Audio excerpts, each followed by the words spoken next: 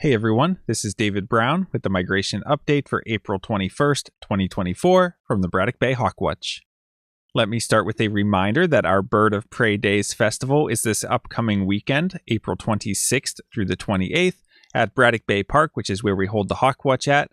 And as of right now, it's looking like good southerly winds for both Saturday and Sunday, so let's hope that forecast holds.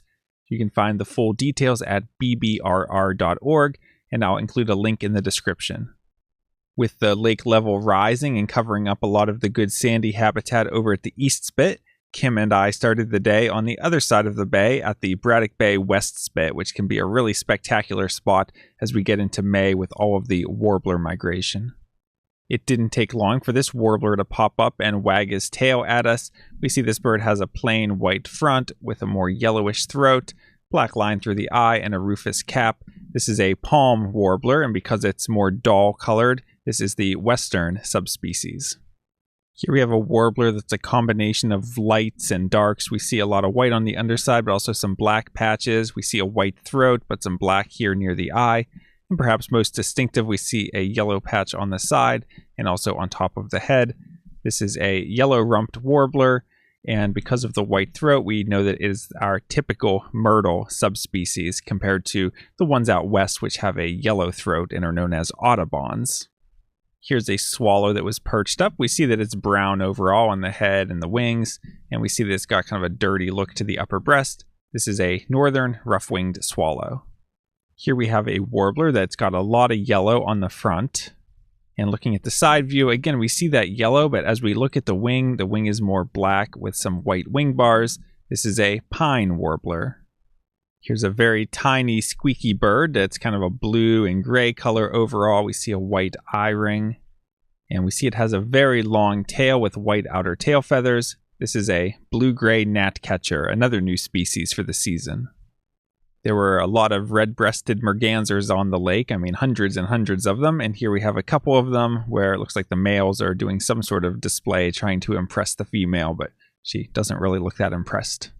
From the West Spit, we had a total of 45 species. Next, we headed over to Braddock Bay Park to start the Hawk Watch, but it was kind of a gloomy morning with overcast skies and just a little bit of clearing on the horizon. The winds were light and westerly, and really there wasn't that much activity to start the day. As the day went on, we started to get a little bit of sunshine, and then eventually in the mid-afternoon, the wind really started to increase a little bit and then suddenly strengthened to a stronger, maybe a west-northwest wind, just an unfavorable wind, and the flight never really picked up. We had kind of a slow but steady migration most of the day, but a lot of the birds we were spotting were up really, really high. Here's a view of the tip of the barrier island that is just covered in double-crested cormorants. Here we have a hawk where we see a long tail and long wings with rounded tips, so we should be thinking accipiter. And we see that the wings are held out very straight, and we see a very rounded tip to the tail. The head doesn't look super big, but that's just because of the angle, and if we had a better look at this, we would see more teardrop streaking concentrated on the upper breast, because this is a juvenile Cooper's hawk. Here we have a hawk that's a little bulkier, not quite as long of a tail. This is a buteo, and we can just make out the dark patagial bars and the belly band of a red-tailed hawk, and because of how light the wings look, we don't really see a dark trailing edge. We can call this a juvenile red-tailed hawk. A bunch of birders were just pulling into the park to come to the Hawk Watch when the rare bird alert went out that there was an American Avocet on a field on Martin Road, which was only about a 12-minute drive away, so everyone rushed over there to see it.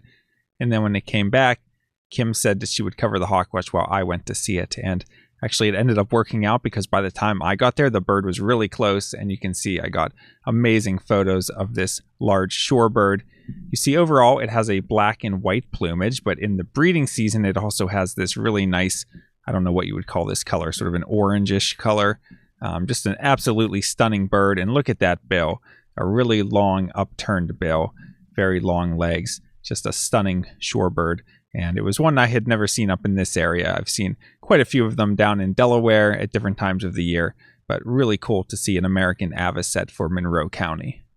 Someone spotted this raptor up really, really high, and I was able to get my spotting scope on it and watch it, and it was practically up in the clouds. Occasionally you would lose sight of it for a second, and then it was dropping down a little bit lower and finally glided past. We see a large dark raptor. We see a somewhat small head and a longer tail. And through the scope, I was even able to see some small white patches in the wings because this is a golden eagle. Compare that to the silhouette of this bird, another high gliding eagle, but this bird had a larger head and some white throughout the underside, especially here in the wing pit area. This is an immature bald eagle. Here's a much closer look at another immature bald eagle. This looks like an older immature, like a 4th year type bird. You can see it's mostly got the white head and tail, but it still has a little bit of dark in those. And the underside of the wings and body is mostly dark, but still has some white in it. And we see that this bird was holding this foot kind of funny, and it kept it that way the whole time it was flying. So I wonder if it had a foot or a leg injury. It seems like we're seeing these every day, but I never get tired of them. Here we have a large grayish tan bird with long trailing legs and a long neck with a head with a red cap and a very long pointed bill. This is a sandhill crane. Here we have a hawk with a long tail and long wings with rounded tips, so we should be thinking accipiter. But looking at the overall shape, it's not large and lanky like a Cooper's hawk. Rather, it's more compact looking with a small head and a squared off tip to the tail because it's a sharp-shinned hawk. Here's another bald eagle, and this one's very close to adult plumage. I think some people might even consider this as its first adult plumage. This might be a 5th year type bird. Here we have two birds that are two-toned underneath and holding their wings into a V called a dihedral. And we see small red heads with white bills. These are turkey vultures. And we'll end with one more closer look at a turkey vulture. And taking a look at the eBird checklist for the Hawkwatch, today we had 53 species. I picked up 4 new species for the season today, which were blue-gray gnatcatcher, palm warbler, pine warbler, and American avocet. Taking a look at the hawk count report for our migrant raptor totals, today we had 59 turkey vultures, 4 bald eagles, 2 northern harriers, 13 sharp-shinned hawks, 2 Cooper's hawks. For Buteos, we had 14 broad-winged hawks and 8 red-tailed hawks.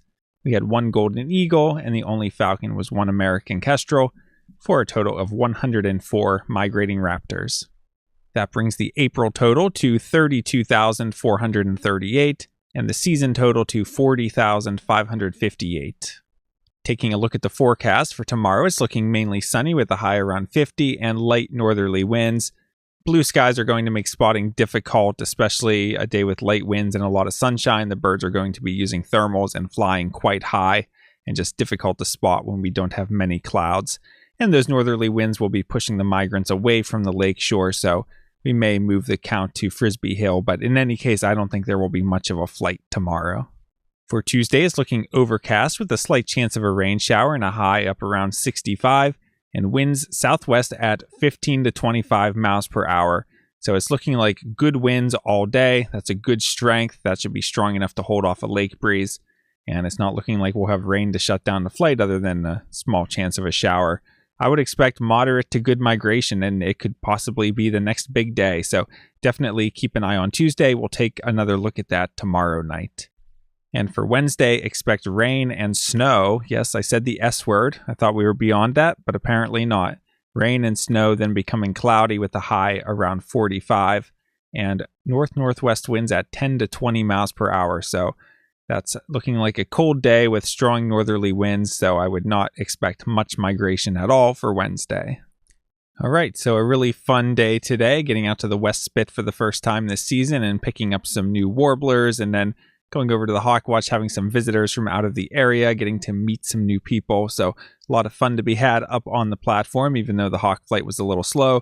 The golden eagle was a nice highlight, even though it wasn't a very good look. And it seems like the weather is starting to fall into this typical late season pattern where you get a lot of days that are really pleasant days to be out. They're sunny days with light winds, but unfortunately, those are usually not good for us at the Hawkwatch because we will usually have light winds or a lake breeze will kick in, and so we just don't end up with much of a concentration of hawks. But every once in a while, maybe once a week or so, we'll get a front passing through that brings good southerly or southwest winds, and we'll get a big flight. So keep an eye on Tuesday, and then it looks like the next good days will be over the weekend, possibly Saturday and Sunday for the Bird of Prey Days Festival. So might be the first time we've actually had good weather for a hawk flight during Bird of Prey Days. It seems like Every year we get rain or winds coming off the lake, so we'll cross our fingers for a big flight for all of the visitors over the weekend, and I hope to see you out at the Hawk Watch soon, or hopefully for Bird of Prey days. From Lyco Birds, this is David Brown. Thanks for watching.